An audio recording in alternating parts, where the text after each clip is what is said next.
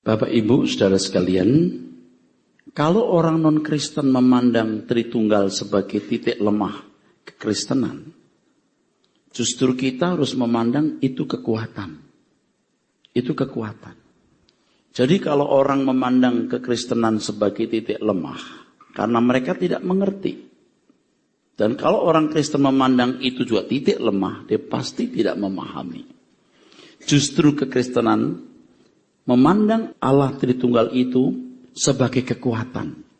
Sebab pengajaran mengenai Tritunggal itu memantapkan sikap orang terhadap Tuhan Yesus Kristus. Memantapkan sikap orang, sikap individu terhadap Tuhan Yesus Kristus. Tapi sayang sekali karena banyak orang Kristen yang tidak memahami hal ini sehingga memandang itu sebagai suatu kelemahan. Dan karena tidak memahami kebenaran ini, maka ada orang-orang Kristen yang mencoba untuk memperjelas dengan menggunakan ilustrasi. Justru makin rusak. Justru makin salah. Jika kita mengerti kebenaran mengenai Allah Tritunggal, kita tidak membutuhkan ilustrasi. Karena tidak ada ilustrasi yang bisa dengan tepat mewakili relasi atau hubungan antara Bapa, Anak, dan Roh Kudus. Tidak ada. Saya mengerti bahwa terminologi Tritunggal ini tidak ada di dalam Alkitab. Saya memahami. Dan kita semua setuju tidak ada kata Tritunggal. Tetapi fakta adanya ketritunggalan itu ada dalam seluruh Alkitab. Dari Kejadian sampai Wahyu. Jadi kita tidak boleh merasa minder atau rendah diri kalau kita mengakui ada ketritunggalan di dalam kekristenan. Nah, yang harus kita hindari, saudara, Tritunggal tidak sama dengan triteisme, apalagi politeisme. Triteisme artinya bahwa Allah orang Kristen itu satu hanya dalam keberadaannya, saudaraku sekalian. Ini unitas maksud saya. Keberadaannya tetap satu pribadi. Ini salah. Politeisme juga tidak. Nah, bagaimana menjelaskan itu? Nah, nanti kita harus membaca di sepanjang makalah ini disampaikan. Ya, sepanjang makalah disampaikan, orang akan mengerti relasi antara Bapa, Anak, dan Roh Kudus. Selama ini kita baru Bapa dan Anak, Roh Kudus belum muncul. Tapi pasti nanti akan sampai ke situ. Nah, bila relasi Bapa dan Anak belum jelas, maka sulitlah saya akan menambahkan relasi dengan Roh Kudus. Jadi Tritunggal itu bukan kelemahan, justru kekuatan. Di situ orang akan harus bersikap terhadap Tuhan Yesus. Kenapa saya mengatakan ini? Nanti kita lihat, ya. Nah, Allahnya orang Kristen itu betul-betul, kalau saya gunakan kata, saya pinjam jamak. Tapi bukan begini ya, disebut di sini Pak Wiknyo, di rumah disebut Nyonyo, di sana Pak Wewik, orang yang sama. Bukan, itu salah. Dan banyak orang Kristen selama itu memandang itu keliru. Cuman satu pribadi, salah, itu keliru sekali. Keliru, sangat keliru. Benar-benar ada Bapa dan Anak. Kalau Alkitab berbicara mengenai Allah yang esa, itu yang dipersoalkan bukan soal jumlah, bukan soal keberadaan. Ingat, yang dipersoalkan mengenai relasinya dengan Allah lain. Jika dikatakan dia Allah yang esa, itu relasinya dengan Allah yang lain. Bahwa tidak ada Allah yang benar selain dia. Kan pada waktu itu yang dihadapi oleh orang Israel itu kan banyak dewa-dewa. Ada dewa Baal, Dagon, Asitoret, Asera. Lalu Allah berkata, aku Allah yang esa. Itu dalam kaitannya dengan banyaknya ilah-ilah atau Allah-Allah atau dewa-dewa. Tapi tidak mempersoalkan keberadaan Allah itu, tidak dipersoalkan. Demikian pula dalam perjanjian baru, saudaraku. Ketika bicara soal Allah yang esa, itu hubungannya dengan adanya berhala-berhala. Jadi tidak mempersoalkan berapa jumlah pribadi dalam lembaga Allah itu. Jadi kalau ada ilustrasi begini, ini ilustrasi mesti saya beritahu. Tolong barang ini sampai ke alamat alamat A. Oke? Jangan ke alamat lain.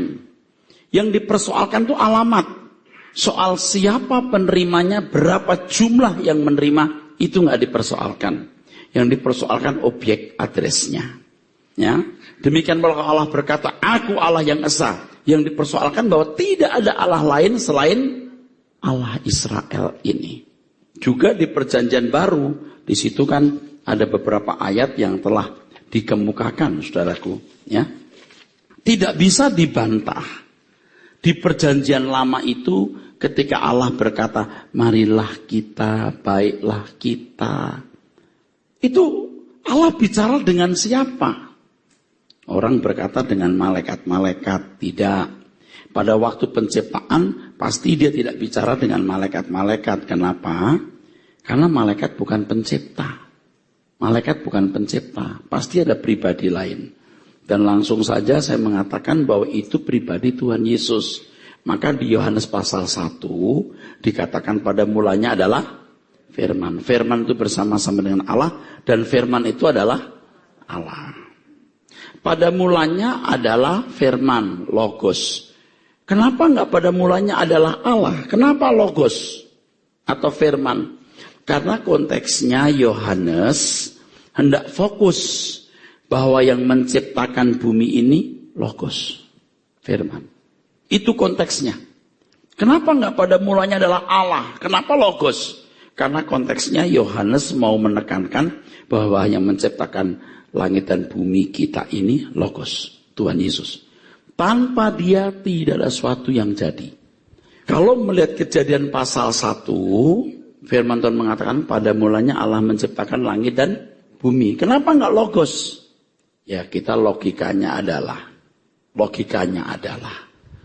kitab itu kan ditulis oleh Musa pada zaman 1500 tahun sebelum Tuhan Yesus datang. Rahasia Allah masih ditutup, belum tahu. Rahasia itu kan tersingkap di perjanjian baru. Ketika Tuhan Yesus berkata, tidak seorang pun mengenal Bapa selain anak. Dan kepada siapa anak itu menyatakan diri atau memberitahu. Oh ternyata, di dalam Elohim itu ada Bapa dan anak. Itu disingkapkan di perjanjian baru. Dan ternyata anak yang menciptakan langit dan bumi. Tapi anak itu sendiri menyatakan, tanpa melihat Bapa, anak gak bisa buat apa-apa. Berarti Bapa di surga menuntun anak itu menciptakan langit dan bumi. Kok begitu? Ya begitu. Kok begitu Pak? Ya begitu di Alkitab. Pada mulanya adalah firman, firman itu bersama-sama dengan Allah. Dan firman itu adalah Allah. Dan tidak ada sesuatu yang jadi tanpa dia. Ya, ini yang orang tidak berani ngomong. Lah jelas kok. Yohanes 1 ayat 3 itu jelas. Tanpa dia tidak ada sesuatu yang jadi. Artinya Tuhan Yesus yang menciptakan itu. Lalu kok bisa ya? Ya bisa. Dalam teks lain Tuhan mengatakan. Anak itu melihat apa yang diperbuat oleh Bapa. Jadi tanpa melihat Bapa dia tidak bisa buat apa-apa. Rupanya Bapa menuntun anak menciptakan langit dan bumi ini, saudara. Maka tadi saya katakan, ketritunggalan itu bukan satu kelemahan, justru kekuatan. Artinya orang harus bersikap terhadap Tuhan Yesus. You mau terima nggak dia sebagai pencipta? Mau terima nggak dia sebagai Tuhan? Mau terima nggak bahwa dialah yang menjadi penguasa jagat raya ini? Bukan Allah Bapa. Bapa mempercayakan pelaksanaan, penyelenggaraan, pemerintahan kepada Tuhan Yesus. Maka dikatakan dia duduk di sebelah kanan Allah. Duduk di sebelah kanan Allah bukan berarti secara fisik. Artinya dia menerima kuasa pemerintahan. Kan pengertian orang pada zaman itu, zaman Helenis, duduk di sebelah kanan Allah artinya orang yang dipercayai. Makanya kalau kita membahas mengenai Allah di dalam buku ini, apa Allah itu? Allah itu pribadi yang memiliki kehendak, yang kehendaknya tidak bisa dibatalkan atau ditolak. Kalau orang menolak akan dihukum. Itu pribadi. Yang boleh begini hanya Allah. Yang boleh begini hanya Allah. Yang punya kehendak dan kehendaknya tidak boleh dicegah. Tidak boleh dibatalkan. Tidak boleh ditolak. Itu hanya Allah. Allah itu begitu. Kok begitu Pak? Nah kembali kan Allah berkata, Musa kau kujadikan Allah bagi Firaun. Betul? Di situ kan ada rumusan apa itu Allah. Yang merumuskan Allah sendiri. Kujadikan kamu Elohim untuk si Firaun. Maksudnya lakukan apa yang kau kehendaki untuk dilakukan dan dia tidak boleh menolak. Kalau menolak hukum. Lalu Harun jadi nabimu. Jadi Allah itu pribadi yang punya kehendak, punya keinginan yang kehendaknya tidak boleh ditolak, tidak boleh dibatalkan, tidak boleh dicegah. Kalau dicegah dia akan menghukum. Dan ini penting, dalam pelaksanaannya ada yang melakukan atau menyelenggarakan sebagai mandataris. Harunlah yang melakukan. Di sini kita mendapat gambaran bahwa ada pribadi yang punya kehendak, punya rencana, yang kehendak rencananya tidak boleh ditolak, dibantah. Dan dalam penyelenggaraan kehendaknya itu ada pribadi yang melaksanakan. Nah ini analog, ini sejajar. Allah Bapa punya kehendak, anak yang melaksanakan. Jadi akhirnya kita tidak mempersoalkan pengertian esa itu apa. Berapa jumlahnya, tidak perlu dipersoalkan. Sebab pengertian esa itu bukan pada jumlah. Kalau dalam konteks Kristen. Esa itu pada garis kehendak. Garis komando. Ada kebersatuan yang sempurna antara bapak dan anak. Itu letak keesaannya. Bukan jumlah. Kok begitu? Dari dulunya begitu. Kalau you nggak terima, ya nggak bisa ngomong. Karena Alkitab berkata begitu. Jadi Allahnya orang Kristen berapa Pak? Nggak penting. Emangnya kalau satu atau dua ada pengaruh terhadap imanmu? Kalau orang ributin Allah itu esa, apakah itu ada pengaruh terhadap kehidupan imannya? Nggak ada. Kok dikatakan esa Pak? Konteksnya kan dengan dewa-dewa lain. Nggak ada Allah lain kecuali dia. Ternyata dia itu ada bapak dan anak. Bapak yang punya kehendak, anak yang melaksanakan. Maka dikatakan bahwa pemerintahannya, Mika 5 ayat 1-2, bahwa anak darah itu mengandung, betul nggak? Nah, yang pemerintahannya, maksudnya Tuhan Yesus, sudah ada sejak zaman purbakala, sejak dahulu kala. Jadi Allah kita berapa? Nggak penting. Nggak penting. Pertanyaan itu nggak penting. Sebab kalau 3 atau 2 atau 4, itu nggak mempengaruhi moral kita. Nggak mempengaruhi. Yang penting ada bapak, ada anak. Dan ada benang merahnya yang jelas. Nah pengenalan inilah yang penting.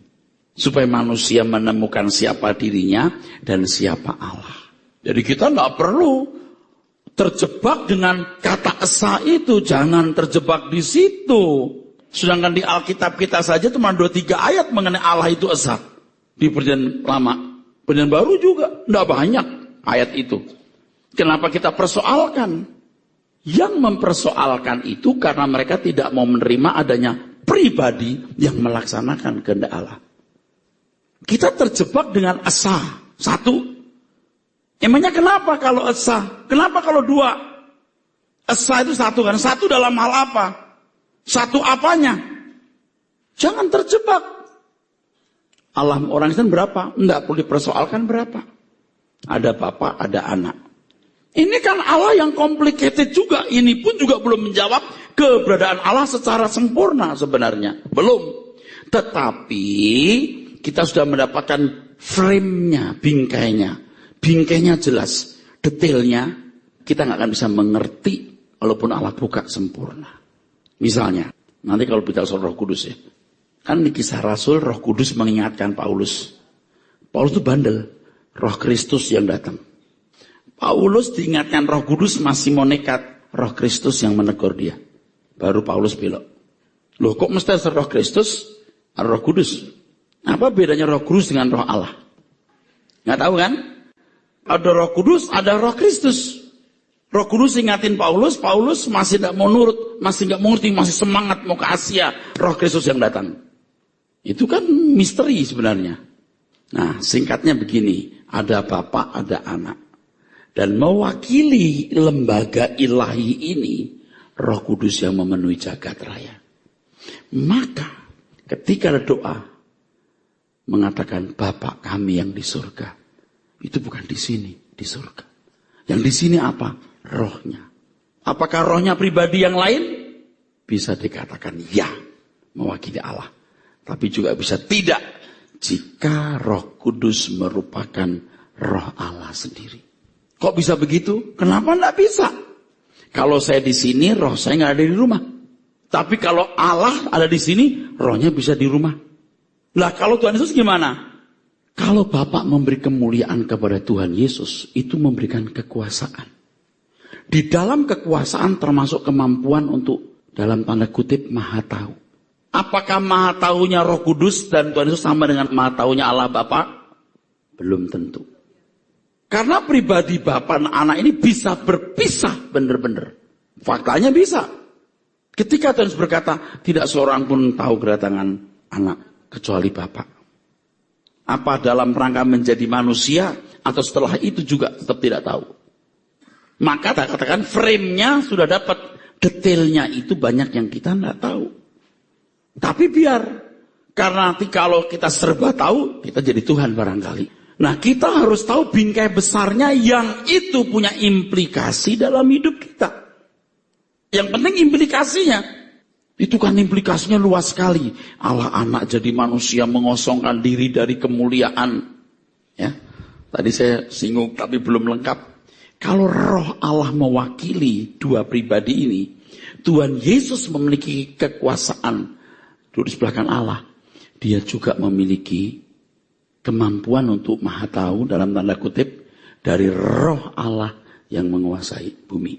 Maka dia berani berkata, aku mengutus kamu, roh penghibur, pendamping Parakletos. Bapak kami yang di surga. Kenapa enggak di sini? Kenapa yang di surga? Karena pribadi Allah yang maha agung pasti ada satu tempat. Sedangkan rohnya meliputi jagat raya. Itulah roh Allah. Jadi ini dulu diterima dulu. Kalau nggak diterima repot. Allahnya orang Kristen berapa? Nggak penting dijawab. Nggak bisa dong. Kenapa nggak bisa? Harus esa. Kok harus esa? Saya mau tanya, you kenal Allah dari mana? You tahu Adam dan Hawa dari mana? Kalau orang Kristen tahunya dari Alkitab siapa? Orang Israel yang diutus Musa. Kita ambil dengan jujur sepenuhnya kita serap. Dan di situ Elohim. Itu jamak. Ada kata kita dan seterusnya itu dalam 4 itu. Faktanya begitu. Nah, kenapa orang Israel nggak tahu? Ya boro-boro tahu, nyebut Yahweh aja nggak berani. Waktu turun di gunung mereka gemetar, jauh-jauh. Enggak. Dan mereka dengan pikiran sempit sebagai orang beragama. Jadi bukan tidak mungkin tokoh-tokoh perjanjian lama juga mikir. Cuman nggak muncul aja di perjanjian lama. Bukan tidak mungkin. Kenapa Elohim namanya? Dan Allah dalam pertimbangannya tidak perlu dimasukkan dalam Alkitab. Karena mereka tidak perlu dan tidak bisa memahami itu. Kok begitu? Ya, pertimbangkan dulu, saudaraku. Nggak ada jawaban lain kecuali ini. Ketika anak itu menyingkapkan, oh ternyata dalam lembaga ilahi itu ada Bapa dan ada Anak. Itu dulu yang penting, saudaraku. Dan kita harus terima. Jadi Allahnya orang Kristen berapa? Nggak penting. Betul? Karena harus esa. Tanya, esanya apa? Satu kan? Satu dalam hal apa? Ya harus pribadinya. Kok mesti begitu? You dari mana tahu soal Allah? Kalau dari sononya itu jamak. Kita kan dengan jujur melihat dong Alkitab itu begitu. Ya kita ngomong begitu. Jadi pengertian kata esa ini akan kacau kalau ada satu keyakinan mengenai Allah yang esa. Tapi tidak menerima perantara yaitu Tuhan Yesus Kristus. Ya pasti kacau. Pasti kacau. Kalau kita kan sekarang terima ada Allah yang tidak kelihatan dan ada pelaksana pemerintahan Tuhan Yesus Kristus. Jelas. Jadi Allahnya orang itu berapa jumlahnya? Nggak penting. Jadi jangan kita terjebak dalam konteks itu. Iran ya bertahun-tahun kita nggak pernah tahu ini. Kalau orang tidak menyembah Allah Israel, Allah Abraham, betul nggak?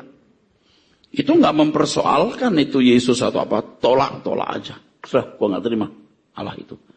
Tapi kalau orang percaya Allah Abraham, kalau di situ ada perantara itu, terganggu dia.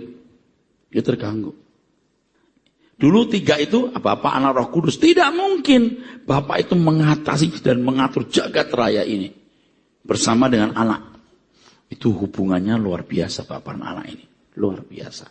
Ketika anak turun, Bapa yang mengatur jagat raya.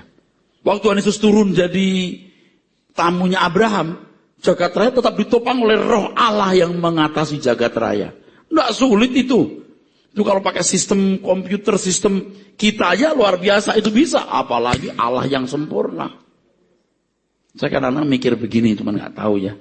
Tuhan Yesus kok tahu? Ya Roh Kudus ada linknya ke dia. Ada link kepada Tuhan. Tahu? Ngerti? Ngeling. Pasti ngeling ke Tuhan Yesus. Karena dia diberi kekuasaan di sebelah kanan Allah, maka Roh Allah yang menguasai jagat raya ngeling ke Tuhan Yesus. Dia pun ikut Maha Tahu. Tapi M-nya kecil ya. Kalau Bapak, M besar. Kok begitu? Kan banyak orang nggak rela. Karena orang mau mensejajarkan Bapak dan anak. Tidak mungkin sejajar. Ingat, ada dual, ada jamak. Betul? Ada dual, ada jamak. Bapak, anak. Itu bukan dual, tapi jamak. Jadi, bukan sepasang yang seimbang. Bukan anak dan Bapak. Kenapa disebut anak? Dulu kan jawaban kita begini.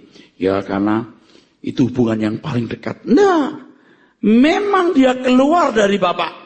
Itu anak. Keluar dari Bapak. Kapan? Jangan tanya kapan itu keluar waktu. Emangnya urusannya apa kamu? Tahu kapan segala. Makanya nggak semua pertanyaan bisa dijawab. Kita kejebak. Kalau begitu dia ciptaan. Apa artinya ciptaan? Kayak kita ini ciptaan. Apa yang diciptakan? Roh kita nggak diciptakan. Tubuh yang diciptakan. Rohnya tidak. Roh dari Allah. Nah itu ciptaan nggak? Apa itu ciptaan? Itu dulu, jangan terjebak. Tapi dia anak dari Allah. Kapan? Untuk apa kamu tahu kapan? Dia ada sebelum ada waktu. Seandainya kamu tahu kapan, apa untungnya kamu? Itu merendahkan Tuhan Yesus. Saya tidak merasa merendahkan dia. Seandainya saya tahu kapan dia diciptakan, tetap saya menghormati dia sebagai Allahku, sebagai Tuhanku. Kalau maaf ya, saya bapak ya. Saya bilang, hei, kamu hormati aku enggak? Ya, hormati dia. Dia wakilku. Ayo, nurut. Karena you menghormati aku, karena you taat kepadaku, you harus hormati dia. Jadi nggak ragu-ragu lagi. Nah kalau kita berdoa gimana Pak kepada Bapak Tuhan Yesus? Nah ini masalah. Ternyata dalam berhubungan dengan Tuhan pun perlu waktu untuk bisa memahami Bapak dan anak. Jadi sesekali saya berkata Bapak di surga. Ya Bapakku. Saya tahu Tuhan di sampingnya Bapak. Atau Tuhan Yesus tolong aku tahu Bapak di atas anak. Atau ya Bapak ya Tuhanku. Dua-duanya. Itu perlu pengalaman pribadi. Sesekali kita berdoa itu kehadiran Allah Bapa menggetarkan. Sesekali seperti sahabat Tuhan Yesus yang datang. Kok begitu Pak? Ternyata perlu waktu untuk pengalaman pribadi dengan Tuhan itu. Nggak merasa Tuhan tersinggung kalau saya berkata, Bapa, ku mau indah di matamu seperti putramu Bapa. Di sebelah kanannya Tuhan Yesus. Atau Tuhan Yesus tolong aku seperti engkau untuk mencintai Bapa. Aku tahu Bapa di atasnya. Kok begitu? Emang begitu? Sekarang you mau gimana? Sejajar? Tidak mungkin sejajar. Karena Tuhan Yesus diutus oleh Bapa. Dia utusan, dia anak. Udah jelas itu kenapa kok kita ribut?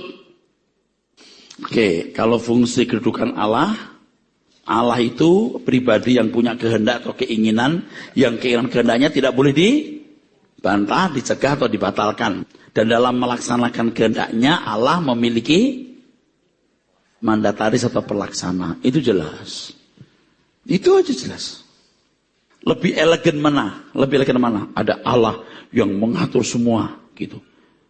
Ayah Allah satu itu. Atau Allah yang Bapak yang terhormat. Lalu ada anak yang mengatur. Lebih elegan mana? Coba pikir aja. Jangan karena saya Kristen lalu saya begitu. Coba elegan yang mana? Gini loh. Ngerti enggak? Ada Allah satu ngegeratak pelusukan kemana-mana. Nggak jelas. Formatnya nggak jelas, tapi ada Bapa kami yang di surga. Agung banget loh. Itu elegan banget. Ada roh yang menguasai. Dan pelaksananya ada Tuhan Yesus. Terus ngeling dengan roh Allah itu. Tuh Pak, hebat nggak? Itu udah jelas banget. Nggak perlu pakai gambaran Allah Bapa Roh Kudus seperti es. Ada cairnya, ada uapnya. Nggak perlu, nggak bener. Seperti telur. Ada kulitnya, ada kuningnya, ada putihnya. Kurang kerjaan loh. Nggak perlu begitu. Nggak perlu ada gambaran-gambaran. Nggak perlu.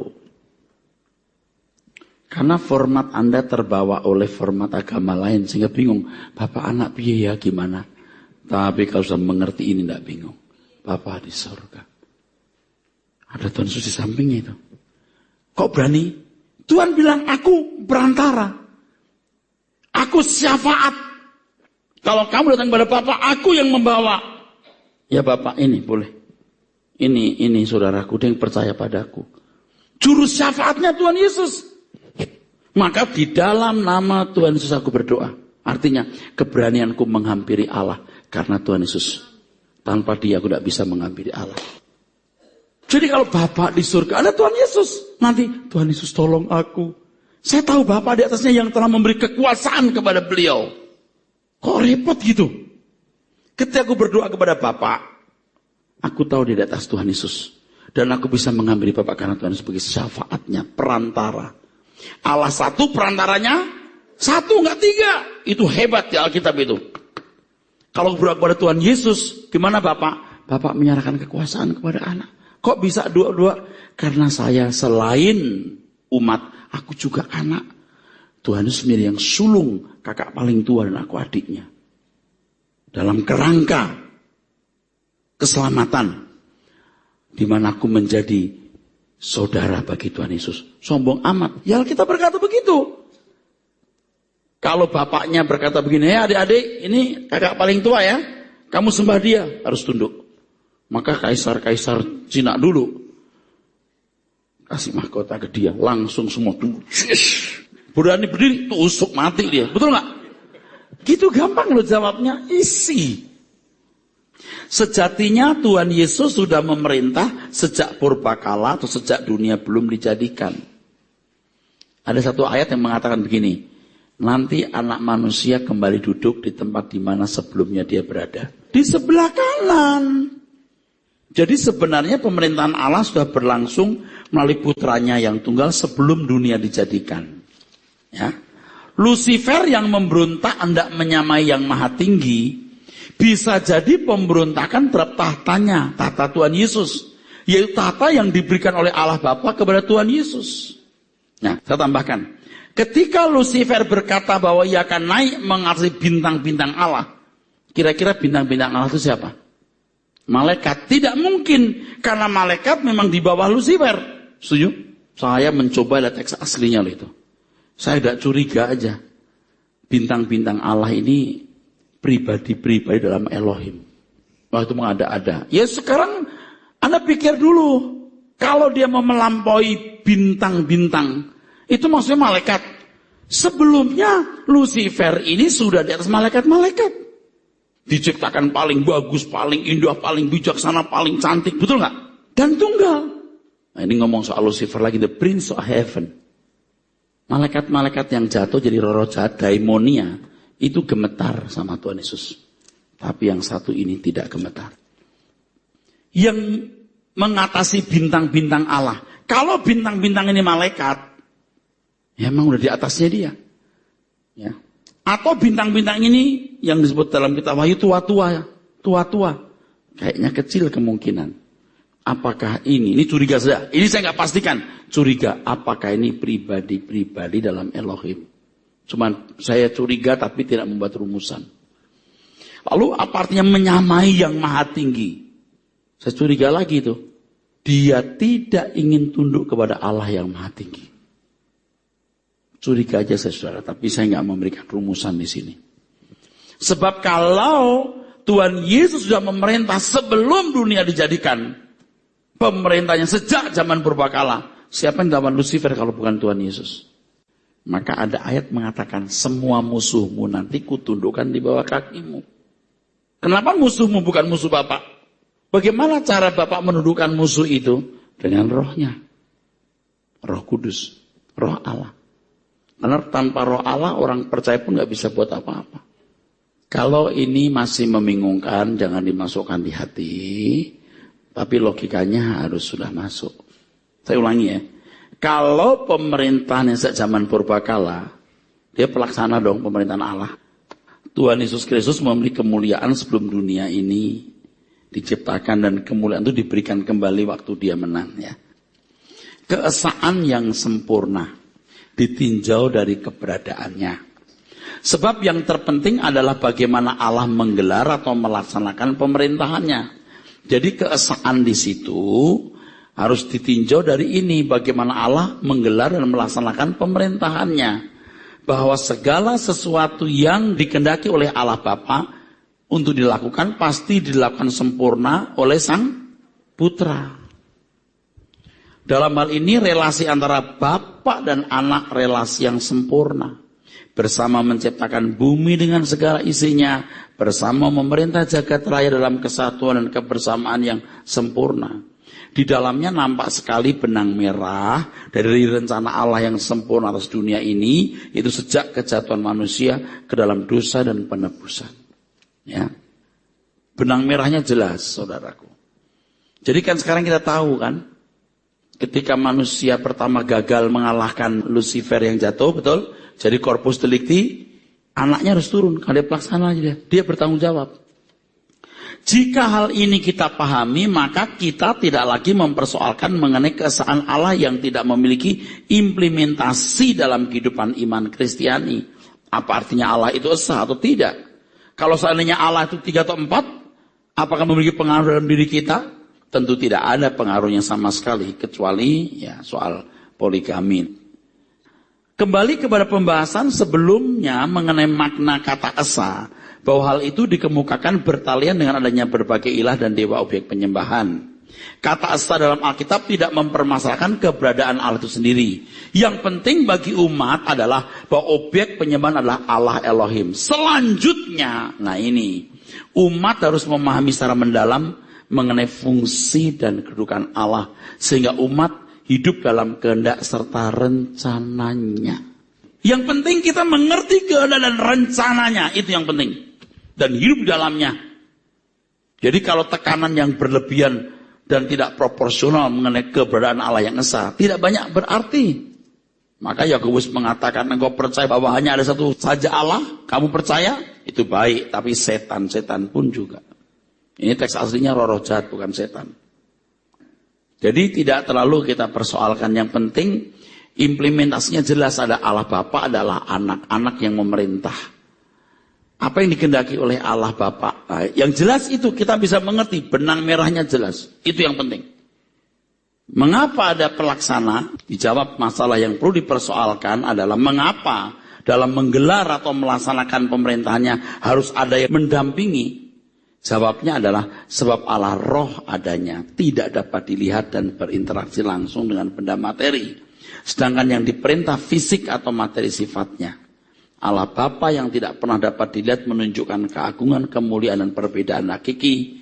Dengan semua ciptaannya, Tuhan Yesus memuliakan Bapaknya. Tuhan Yesus menyebut Allah Bapa itu Allahku loh.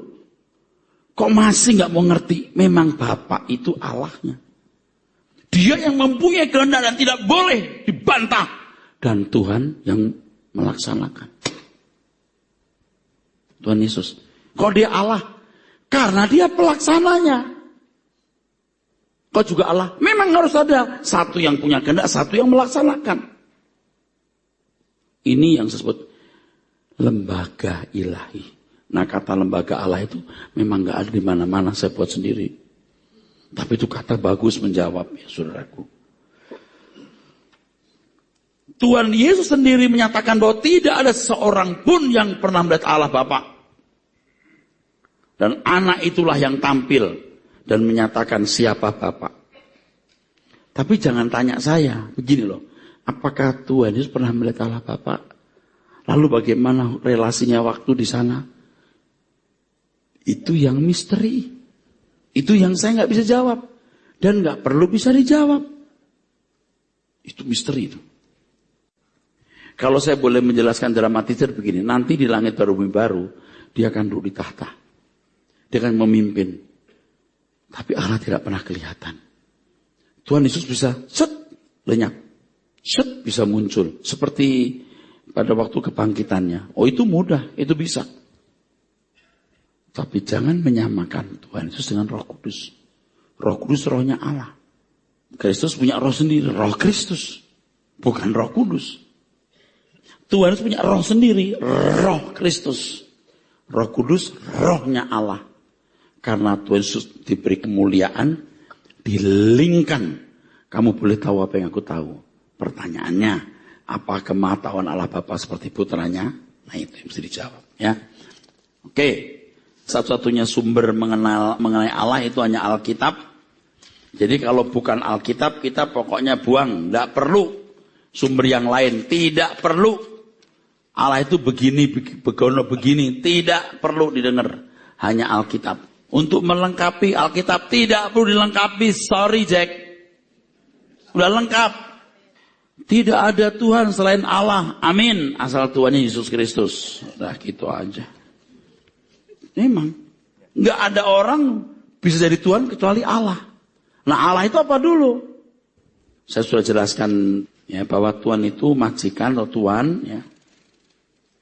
Jadi ketika belum disingkapkan mengenai keberadaan Allah yang sesungguhnya bangsa Israel sebagai pewaris pengenalan akan Allah mengenal Allahnya sebagai satu pribadi tunggal atau esa secara dangkal. Ini kalimat bagus loh.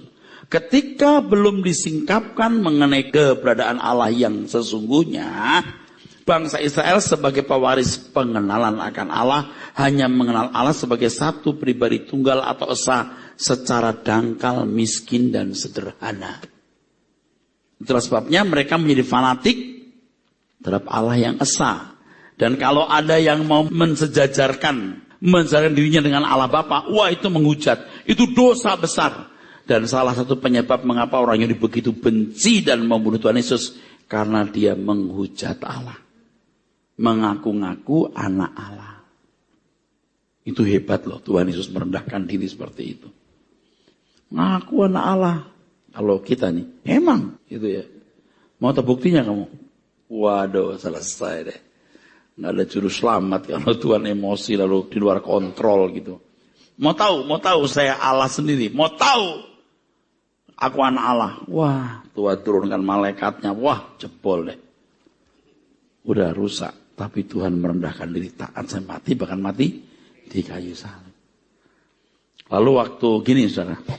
Pernah Anda berpikir kenapa orang Kristen zaman mula mau dianiaya Tuhan seolah-olah diem? Jawabnya gampang loh. Kecil.